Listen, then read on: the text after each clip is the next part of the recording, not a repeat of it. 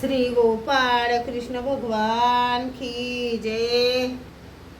लीला चरित्र आता आपण पूर्वार्ध ऐकला. आता उत्तरार्ध. हिराईसा पाठ उपाध्ये कमळाईसाची शिष्या हिराईसा संगमेश्वराच्या घुमतेत 5 दिवस मुक्काम. पौष महिना संपून माघ महिना लागताच सर्वज्ञ खडकुलीला आले. खडकुलीला 4 ते 4.5 महिने मुक्काम. लीळा नंबर 1. रामदेवाची एकांताची मागणी. भट्टोबासांना सर्वज्ञांची फारच आवड निर्माण झाली.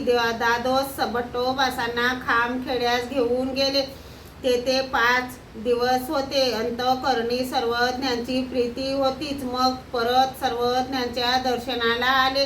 तेव्हा भट्टोबासांना सर्वज्ञांबद्दल अधिकच आवडी निर्माण झाली. हे पाहून दादोस आबाईसाला म्हणाले, आबे, हा नागदेव सर्वज्ञांजवळ राहू इच्छितो, परंतु तुम्ही अन्नालाही मागवाल हे लक्षात घ्या. मग आबाईसाने भट्टोबासांना बोलवून विचारले, नागदेवा, तू म्हणे सर्वज्ञांजवळ राहू इच्छितोस?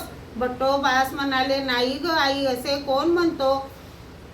मी लखुदेवामार्फत एका अवताचे बैल घेतले, शेतीची अवजारे आणली. माझे तुला माहीतच आहे ना की तुला न विचारता मी भलत काही करीत नाही. यावर आबाईसा गप्पच राहिली. आबाईसाकडूनही काही होत नाही. असे पाहून दादोस मनाशीच म्हणाले, आता मी सर्वज्ञांनाच विनंती करीन.